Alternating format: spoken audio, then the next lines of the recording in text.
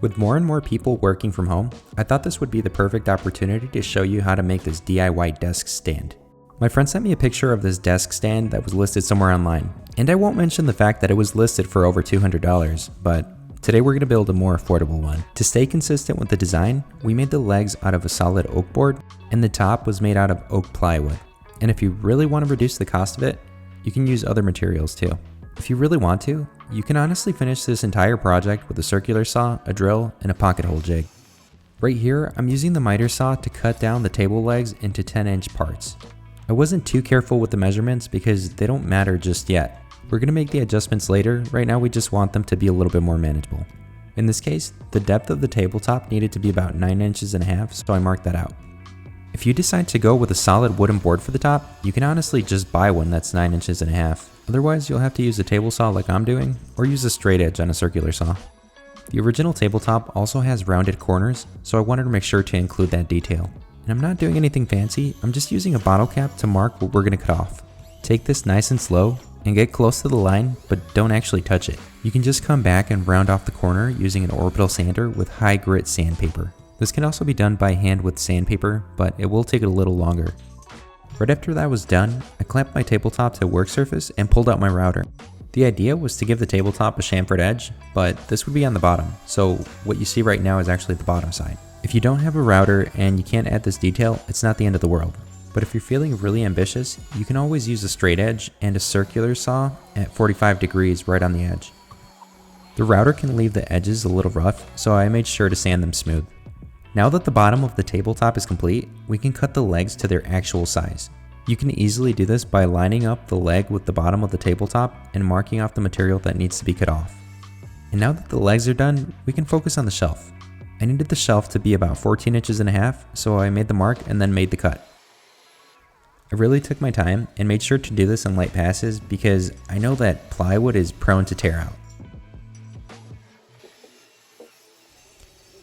Since this shelf is going to sit between two legs, I ripped down the shelf to match their size. So now we have the shelf, but we're not done just yet. A shelf like this is probably going to have devices on it, so I threw some fabric on top of it to make it more device friendly.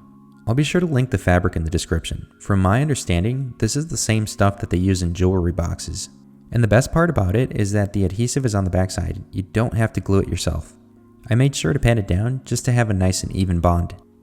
I wanted the cut to look as clean as possible, so I cut the front and back sides using the miter saw. Also worth noting, I did leave the sides, and that was intentional. Think about it like this. The sides of the shelf are going to sit between two legs. This basically means that once it's assembled, the fabric is going to be trapped between the shelf and the legs, which is going to make it more secure. I did mention that there would be a pocket hole jig portion, so this is it right here. As mentioned, the shelf sits between two legs, so you're just going to want to make pocket holes in their direction. After that was done, I started sanding the tabletop. If you're unfamiliar with the pencil trick, you just draw a bunch of random lines on the surface and sand them away. This is going to ensure that you finish with a smooth surface and that you're also not missing any spots. And I wanted to be fair, so I also gave the legs the same treatment. Alright, so this is where it gets tricky. We're going to have to drill a hole into the legs. We have to make sure that the screw can go into the hole and attach the leg to the tabletop, but without breaking through it. So if you can, try to use a test board the way that I'm doing it and use the drill bit as a reference. You don't really need this tool that I'm using, but I'm just using it because I'm very clumsy. The tool just makes sure that you're drilling straight down. Knowing myself, I'd probably drill at an angle, so I decided to use it. And right here, we have the perfect test case scenario. The screw goes through, but not through the thickness of what the tabletop would be. Once I adjusted the drill bit to the perfect depth, I started making these holes in all of the legs. I knew that the legs had to be a little bit darker than the surface, but not too dark.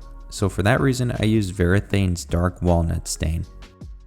And I've mentioned my staining process in other videos, but I'll just reiterate. I usually have a wet cloth and a dry cloth. I soak all the wood in stain and I let it sit there for a moment. After that, I wipe it off using the dry cloth and I let it dry up. Using a clean cloth as a dry cloth is really nice because it allows the stain to dry up super quickly. Alright, now that that's out of the way, I decided to test some colors for the tabletop. The one on the left is Varathane's Golden Oak, and the one on the right is Traditional Pecan, or should I say Pecan, just to get some people mad. And hey, if you enjoy what you're seeing, feel free to like and subscribe so that I can keep making content like this.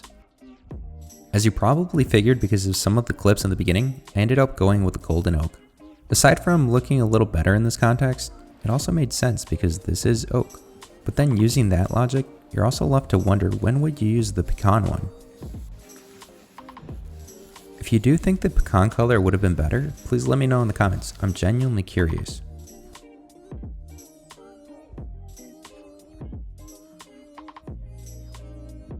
And of course, anytime you stain wood, you want to use something to protect it. My number one choice most of the time is Varathane's water-based polyurethane. I know I've said it before, but I really like this one because it kind of amplifies the color of the wood versus taking away from it. I would recommend giving the legs 2 coats since they're not going to get as much exposure or contact.